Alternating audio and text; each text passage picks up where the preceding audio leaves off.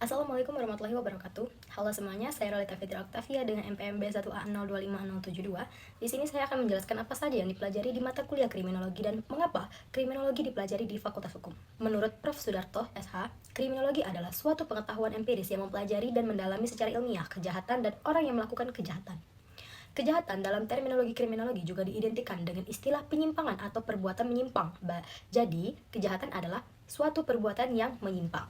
Tujuan mempelajari kriminologi dan arti penting kriminologi bagi hukum pidana yaitu tujuannya untuk mempelajari kejahatan dari berbagai aspek, sehingga diharapkan dapat memperoleh pemahaman mengenai fenomena kejahatan dengan lebih baik. Arti pentingnya yaitu kriminologi sebagai ilmu yang membantu dan memberi tanda pada hukum pidana dalam pembuatan undang-undang. Selanjutnya, penelitian kriminologi.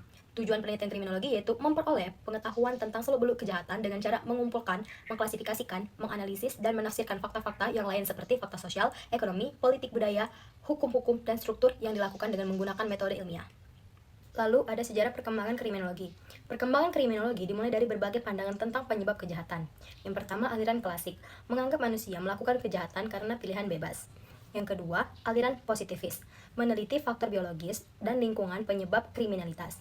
Yang ketiga, kriminologi modern, berkembang dengan mempelajari faktor sosial, psikologi, teknologi, dan hak asasi manusia. Teori-teori sebab kejahatan. 1. Ada teori yang mencari sebab-sebab kejahatan dari aspek fisik atau biologi kriminal. 2. Teori yang mencari sebab kejahatan dari faktor psikologis atau psikologi kriminal. 3. Teori-teori yang mencari sebab kejahatan dari faktor sosiokultural atau sosiologi kriminal. Perkembangan kriminologi setelah tahun 60-an mengalami pergeseran paradigma yang signifikan, bergerak dari pendekatan positivis individual menuju pendekatan sosiologis kritis dan teoritis yang lebih luas. Pertama, teori biologi kriminal. Teori biologi kriminal menjelaskan bahwa kejahatan dipengaruhi oleh faktor biologis atau bawaan sejak lahir.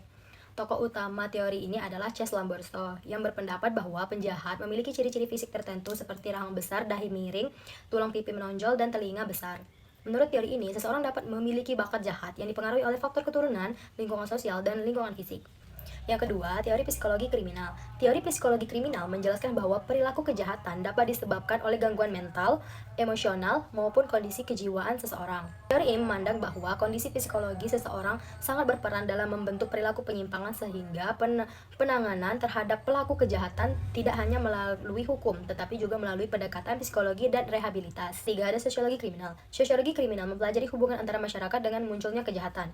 Teori ini menjelaskan bahwa lingkungan sosial, hubungan antara kelompok, kondisi ekonomi, umur, jenis kelamin, dan budaya masyarakat dapat memengaruhi terjadinya perilaku menyimpang.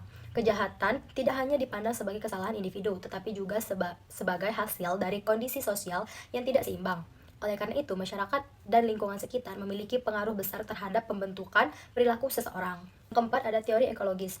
Teori ekologis menyatakan bahwa kondisi lingkungan tertentu dapat meningkatkan peluang terjadinya kejahatan. Faktor seperti kepadatan penduduk, urbanisasi, mobilitas masyarakat, dan adanya kawasan kumuh dianggap memicu munculnya tindakan kriminal. Lalu ada teori konflik kebudayaan. Teori konflik kebudayaan menjelaskan bahwa kejahatan terjadi karena adanya benturan norma dan budaya antara kelompok masyarakat. Setiap kelompok memiliki aturan dan nilai yang berbeda, sehingga suatu tindakan dianggap benar dalam suatu kelompok dapat dianggap melanggar hukum oleh kelompok lain. Perbedaan budaya tersebut dapat menimbulkan konflik sosial yang akhirnya memicu terjadinya kejahatan dalam masyarakat. Lalu ada teori anomi. Teori anomi yang dikemukakan oleh Robert K. Martin menjelaskan bahwa kejahatan muncul akibat ketidaksesuaian antara tujuan hidup yang diinginkan masyarakat dengan cara yang sah untuk mencapainya. Ketika seseorang tidak mampu mencapai kesuksesan melalui cara yang legal, maka ia dapat memilih jalan menyimpang seperti pencurian, korupsi, atau penipuan. Teori ini menunjukkan bahwa tekanan sosial dan ketimpangan kesempatan dapat mendorong seseorang melakukan tindak kriminal. Lalu ada teori labeling. Teori labeling menjelaskan bahwa seseorang dapat menjadi pelaku kejahatan karena adanya cap atau label negatif dari masyarakat. Ketika seseorang terus-menerus dianggap sebagai penjahat, maka ia akan cenderung mengulangi perilaku tersebut karena merasa tidak diterima lagi di lingkungan sosialnya. Teori ini menekankan bahwa reaksi masyarakat terhadap pelaku kejahatan sangat memengaruhi pembentukan identitas dan perilaku seseorang di masa depan. Lalu ada teori konflik. Teori konflik memandang bahwa hukum dibuat oleh kelompok yang memiliki kekuasaan untuk melindungi kepentingan mereka. Dalam teori ini, penegakan hukum sering dianggap tidak adil karena kelompok kaya lebih berpengaruh mudah mendapatkan perlakuan khusus dibanding masyarakat biasa. Akibatnya, banyak kejahatan besar seperti korupsi atau kejahatan kerah putih yang penindakannya lebih ringan dibandingkan kejahatan kecil yang dilakukan masyarakat bawah. Lalu ada teori kontrol sosial. Teori kontrol sosial menjelaskan bahwa seseorang tidak akan melakukan kejahatan apabila memiliki ikatan sosial yang kuat dengan keluarga, sekolah, masyarakat, dan norma sosial. Jika hubungan sosial tersebut lemah, maka kontrol terhadap perilaku individu juga akan berkurang, sehingga peluang melakukan penyimpangan menjadi lebih besar. Teori ini menekankan pentingnya pengawasan dan hubungan sosial dengan menjaga ketertiban masyarakat. Kejahatan korporasi. Kejahatan korporasi adalah tindakan kejahatan yang dilakukan oleh perusahaan atau badan hukum demi memperoleh keuntungan.